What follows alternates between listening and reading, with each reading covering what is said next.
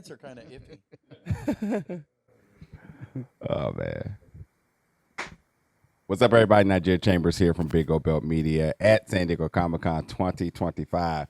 Truly, right now, I'm in the presence of greatness and very excited to talk about 30 years of Disney villains. Three people that have brought some of the most iconic characters to the screens, to our lives, and definitely into our hearts. No other than Andreas, Jim, and John. How you three doing today? Hi. Good. How are you doing? Nice to be here. Yeah. It's a pleasure. First and foremost, I really want to start off by talking about inclusion and diversity. For something we're very big and passionate about in here with the outlet, with the team, and everything that we do. I just want to know for you all and you know, being able to be in the forefront in terms of representation and diversity and inclusion.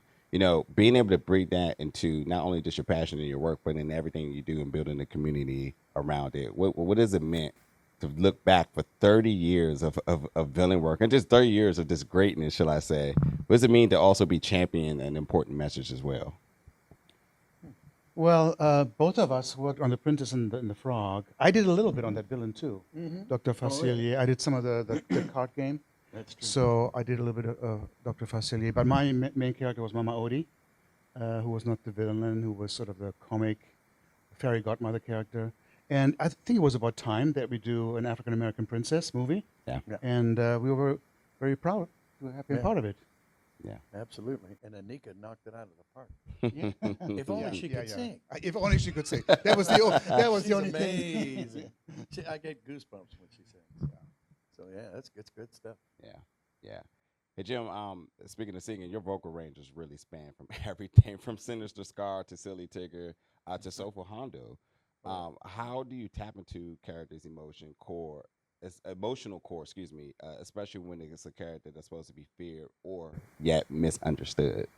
Well, it's all acting. You know, it all starts in your head and your heart, and I tend to think and actually, believe it or not, even though you never see me, I've seen myself on video recording these characters, and my body language changes. I look different when I'm doing them, and it's subconscious. I don't even really know that I'm doing it. I never knew I was doing that until I've seen different things like this show. Yeah. You know, and they go, "Why am I standing like that?" I go, "Oh, because I'm Tigger." You know, and why am I standing there slouching? Because I'm Pooh. You know, so it's an interesting process. Yeah, yeah. Thank you for that. Hey, John, you know, working on films like The Lion King and Hercules, how do you, as an artist, make sure villains' personalities come through in a way that just moves and holds themselves on screen? Well, I take the lead from Andreas because on Scar or Jafar, I was his assistant. Yeah. Right?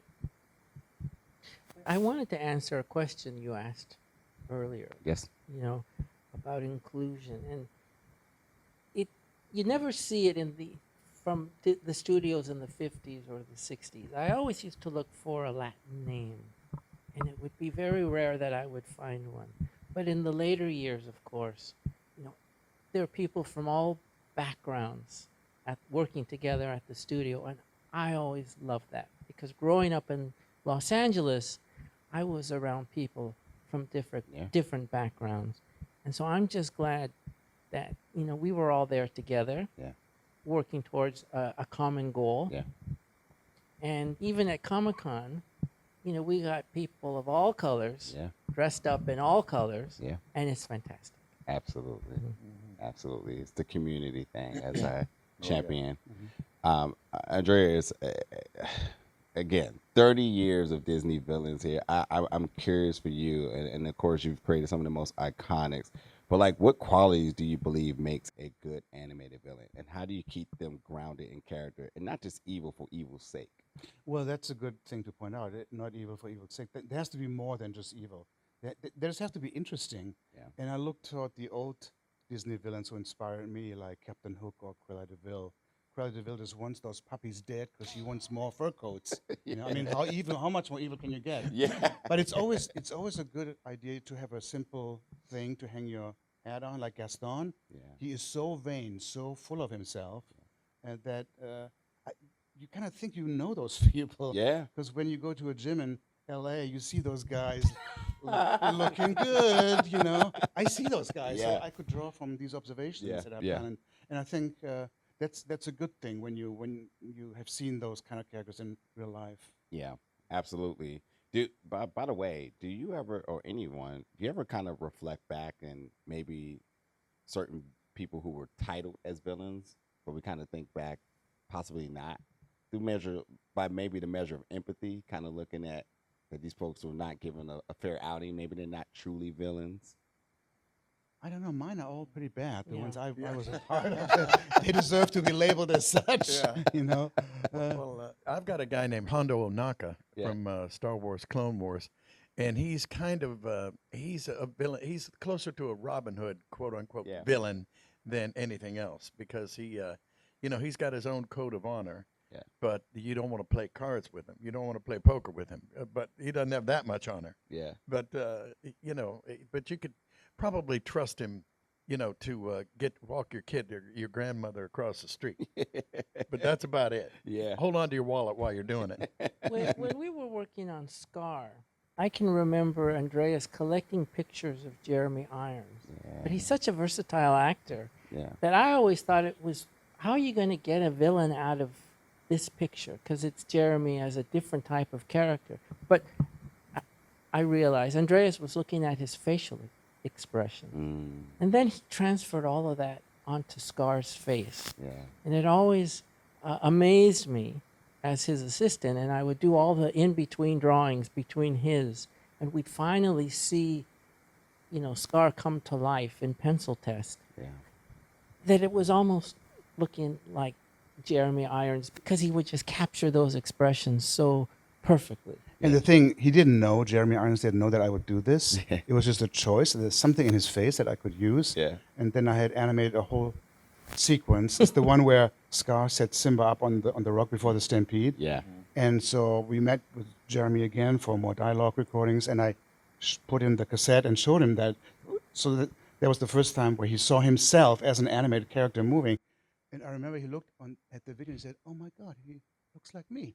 And I said, I hope that's okay, because it was kind of on purpose. And he said, yeah, but he was kind of fascinated. And even though I played the character Ed, the hyena, Yeah. no, they did not use my face. Let's just get that out there. Okay, good. We can move on now. Thank you. You know what's interesting, and I wanted to ask that question because I believe it was last year when Mufasa came out, the live action film, and this is also the same year of Transformers 1, the animated film, and two iconic villains in Mufasa, obviously, and then in Megatron, and we've seen really parallels in the stories of like these two friends, but yet brothers, and they wanted the same thing, and how one pivotal moment of lack of communication sent them in two separate trajectories. But you kind of empathize with them because you see they were good people, and I'm not to say that the things that Scar did was justified or anything, but you kind of say like, hey, He started out a different yeah, guy. Mufasa kind of did him bad, and he was still alone when all he wanted was a brother. It's like, I don't really hate him as much as I used to, but it's my empathy eyes, But I am curious for you all on that note. Why do you think villains are so irresistible to fans? Like, to the point that some have become even more beloved than heroes. Well, I think it's because they motivate the story. They really want things their way. Yeah. They want to change things around, so they're in charge or in power. And the prince and the princesses, they want things normal.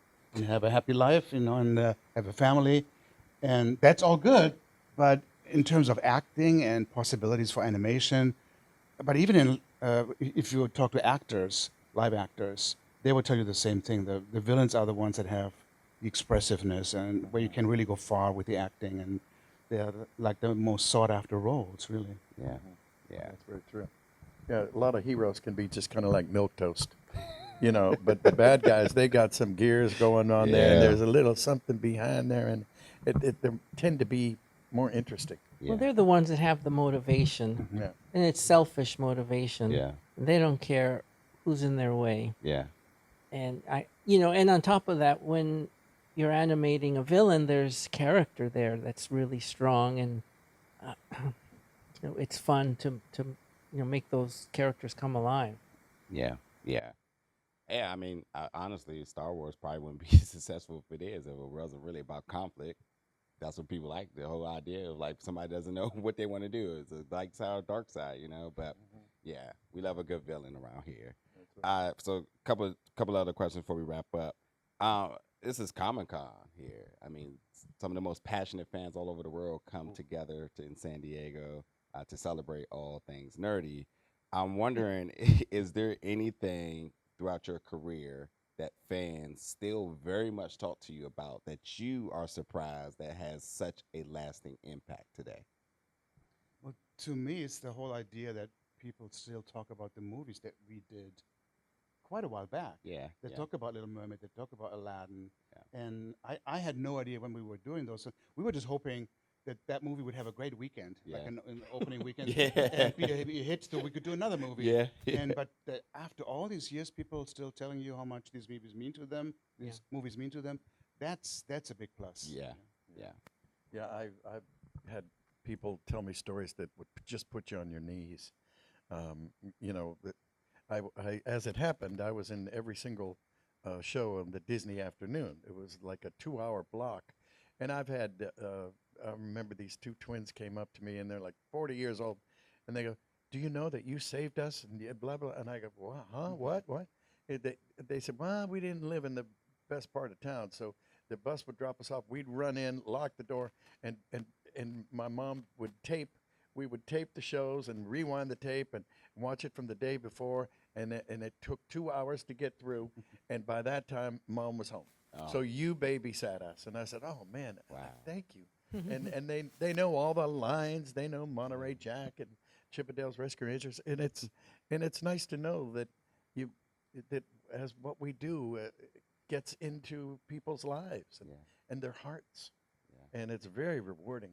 And it's Really? around the world too. I was in Kathmandu years ago, and I came across this kid who was drawing on the street, and I was looking at his drawing, and he was drawing a character from Lion King.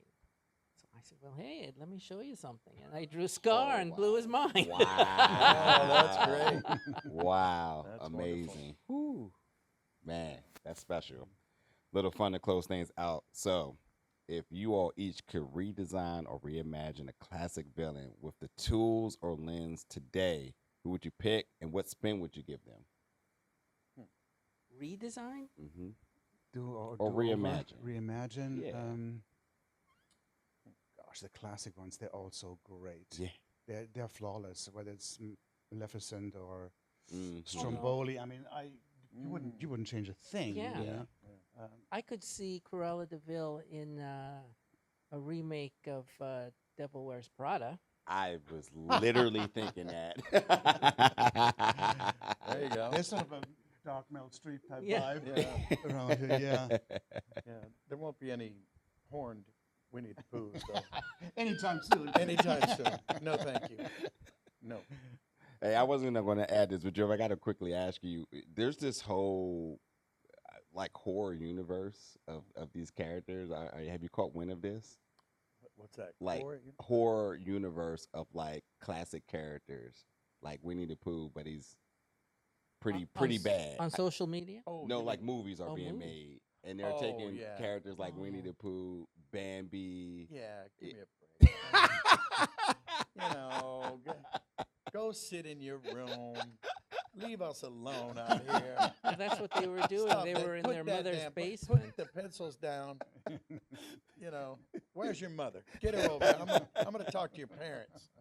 There's a flaw in there somewhere. Speaking of flaws, did I mention that I have a podcast?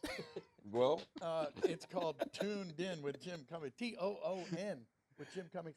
And it's I get a lot of great people on there, people that I've worked with, and they're all like the faces you know, but the stories you don't. Yeah. Ooh, that's a good line. oh, there you go. There's the bite. Well, Legends, I really appreciate the time and space. 30 years is incredible, and I'm really rooting for many, many more. and many more appearances at Comic-Con. I love doing this with you all and seeing you all and the fans celebrating you all. So, Andreas, Jim, John, thank you so much for your time today. Pleasure. Thank Thank you. you. Appreciate Thank it. you very much. Absolutely.